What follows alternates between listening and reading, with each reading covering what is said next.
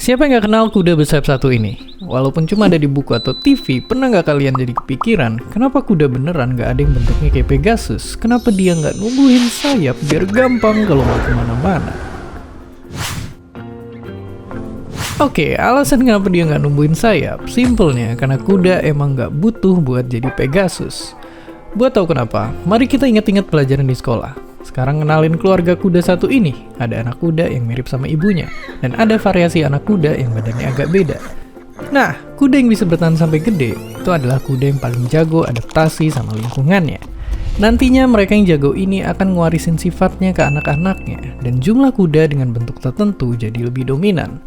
Proses ini berulang terus selama jutaan tahun, sampai kuda zaman sekarang punya sifat-sifat yang cukup buat mereka bisa bertahan hidup di alam tanpa perlu harus punya sayap. Oke, tapi bisa nggak kuda dan makhluk hidup lainnya numbuhin sayap kalau mereka mau? Ya, punya sayap pasti bakal ngasih banyak keuntungan buat kita. Tapi keuntungan gak cukup buat alam ngizinin kuda atau makhluk hidup lainnya buat punya sayap gitu aja. Karena singkatnya, hewan yang ngembangin tubuhnya biar bisa terbang, ilmuwan perkirain itu karena emang ada dorongan dari lingkungannya. Misalnya buat bisa nangkepin mangsa. Nah, lama-kelamaan mereka yang ngembangin tubuh itu jadi menang persaingan, tetap pertahanin bentuknya, dan akhirnya bisa jadi sayap.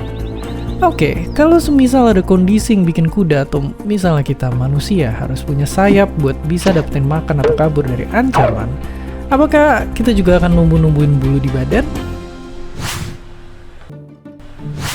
Jawabannya belum tentu.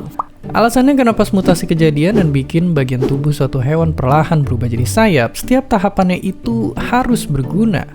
Soalnya kalau cuma jadi hiasan aja, bisa jadi fitur di tubuhnya itu malah nyusahin dan bisa aja bikin susah kalau mau kabur dari predator. Selain itu, setiap makhluk hidup juga udah punya dalam tanda kutip blueprint dalam gen kita yang nentuin akan jadi kayak apa kita tumbuhnya nanti. Jadi ya mohon maaf, lompat-lompat dari tempat tidur nggak berarti bisa bikin kita lama-kelamaan berubah numbuhin sayap.